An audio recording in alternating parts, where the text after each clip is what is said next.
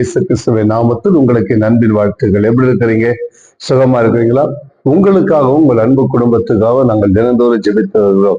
நம்முடைய salvation full gospel AG சபையில ஒவ்வொரு நாளும் இந்த நிகழ்ச்சியை பார்க்கிற உங்களுக்காய் நாங்கள் விசேஷமாய் ஜெபிக்கிறோம்.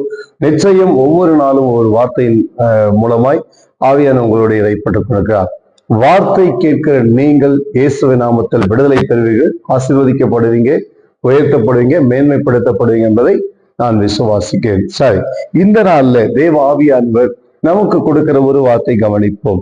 லேவியராகமம் 20ஆம் அதிகாரம் 26வது வசனத்துல ஒரு வார்த்தை சொல்லுது, கர்த்தராகிய நான் பரிசுத்தராய் இருக்கிறபடினால் நீங்களும் எனக்கேற்ற பரிசுத்தவர்களாய் இருப்பீர்களாக.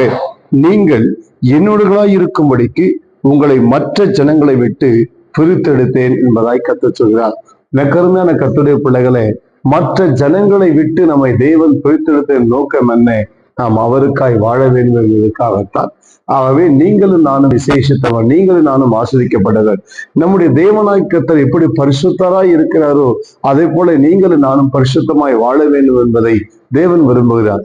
ஒருவேளை உங்களால பரிசுத்தமா வாழ முடியலையா, நீதி அறுக்க முடியல, உண்மையை கடைபிடிக்க முடியலையா, கர்த்தருக்காக வைராக்கியமா வாழ முடியாம போகிறீங்களா, கஷ்டப்பட்டு கொடுக்கிறா, பிரச்சனை இருக்கிறீங்களா, கவலைப்படாதீங்க. இன்றைக்கு உங்களை தேவன் பரிசுத்த வல்லவர், பரிசுத்தப்படுத்த வல்லவர். அவருடைய வல்லமையினால் உங்களை பரிசுத்தப்படுத்துவார், அவருடைய வல்லமையினால் உங்களை ஆசீர்வதிப்பார். இன்றைக்கு நீங்கள் அவருக்கேற்ற பரிசுத்தத்தை நிலைத்திருக்க உங்களுடைய ஒப்புக்கொடுங்கள். அவருக்கேற்ற பரிசுத்தத்தை நீங்கள் கை கொண்டதுபடி நடக்கும் போது வாழ்க்கை ஆசீர்வாதமா இருக்கும். அல்லேலூயா. நம்ம கருமையான கர்த்தருடைய பிள்ளைகளே, நீங்கள் ஆஸ்வதிக்கப்பட்டவர்கள். நான் பரிசுத்தராய் இருப்பது போல நீங்களும் பரிசுத்தராய் இருங்கள் சொன்ன ஆண்டவர் இயேசு கிறிஸ்து இன்னைக்கு உங்களோடு பேசுகிறார். கவனிங்கள்.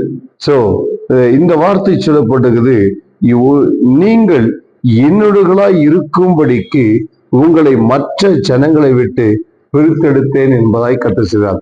அப்ப தேவனாகிய கர்த்தருடைய நாமத்தினால் நாம் ஜெபிக்கும் போது எல்லா காரியத்திலும் தேவன் மகிமையான காரியங்களை செய்வார். நாம் ஜெபிப்போமா?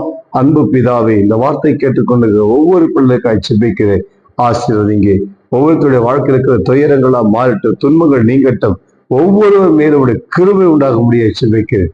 இயேசு ராஜா செய்த எல்லா நன்மைகளுக்காய் ஸ்தோத்திரம். அப்பா, நான் பரிசுத்தராய் இருப்பது போல் நீங்களும் பரிசுத்தராய் இருங்கள் சொன்னீரே, அந்த வார்த்தையின்படி உமக்கென்று ஆண்டவரே உண்மையாய் வாழ கிருபைப்படுத்தும். ஆசீர்வதியும், பெரிய காரியங்கள் செய்யும். இயேசு கிறிஸ்துவின் நாமத்தில் ஜெபிக்கிறோம் எங்கள் ஜீவனோட நல்ல பிதாவே. ஆமென். ஆமென். God bless you. God bless you.